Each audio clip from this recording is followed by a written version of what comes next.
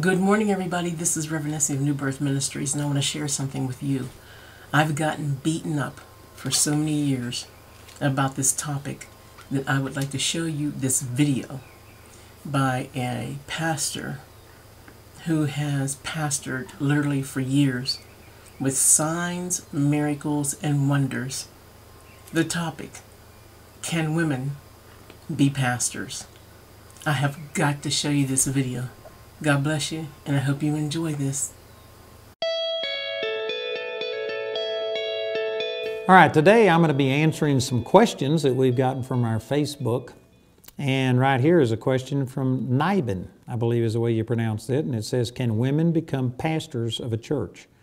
You know, I suspect with this name, this might be somebody from Africa or one of these countries. It sounds kind of like that.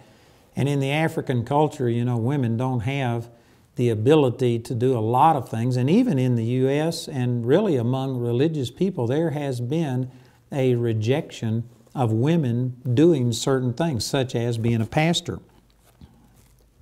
I was raised with that same doctrine and told that a woman could only teach young children, but as a man began to grow up, and once he became a man, that a woman couldn't teach a man. And that was from 1 Timothy chapter 2.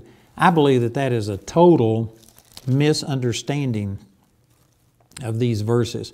Look at this in 1 Timothy chapter 2 and in verse 11. It says, let the woman learn in silence with all subjection, but I suffer not a woman to teach, nor to usurp authority over the man, but to be in silence. For Adam was first formed, then Eve. And people have taken that and says that right there. It just clearly says that she's not supposed to teach a man. That's not what this says. It says, I suffer not a woman to teach, nor to usurp. The word usurp means to take violently or to take by force authority over the man. Not over men, M-E-N, but the man, M-A-N, talking about one man. If you look over in 1 Corinthians chapter 7, where once again it talks about the women being in subjection to their husbands, you will find that it says, as also saith the law. When did the law ever give any command that a woman couldn't teach or do things like that? Matter of fact, you find in the law that Miriam was a prophetess. You find that Huldah was a prophetess. You find that Deborah was a prophetess and even a general and led out and fought a war. When did the Old Testament say that women couldn't do things? What it's referring to is going back to Adam and Eve and how that the woman, the wife, was supposed to be subject unto the man, her husband.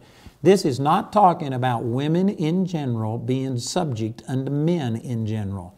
And see, this is the way it's been taken, and people just will say that right here it says that a woman can't teach a man.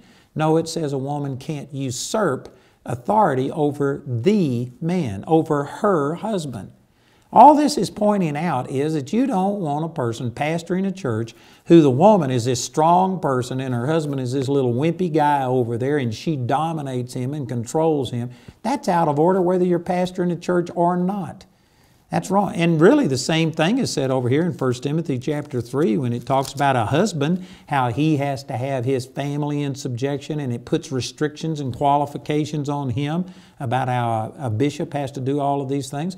There's restrictions on a man. If you don't have integrity, if you can't discipline your own family, if you can't control money, if you don't have a good report and all of these things, you can't be the bishop of a church. Well, all this is doing is just saying that a woman, if she is usurping authority over her husband, can't be the bishop of a church. So again, I don't think this precludes a woman ministering. In 1 Timothy chapter 3, it says, a bishop then must be blameless, the husband of one wife, vigilant, sober, etc. And if you take this in its context, I don't believe this is saying that a person who's been divorced couldn't be a minister of a church. It's talking about the culture they lived in. There were people that were living in polygamy, and the New Testament church was turning this model around and turning against polygamy based on Jesus' teaching that there was just supposed to be one man for one woman.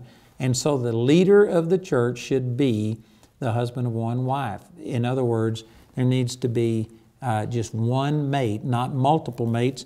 And many times in Scripture, the Scripture talks about man as just referring to mankind, not male or female.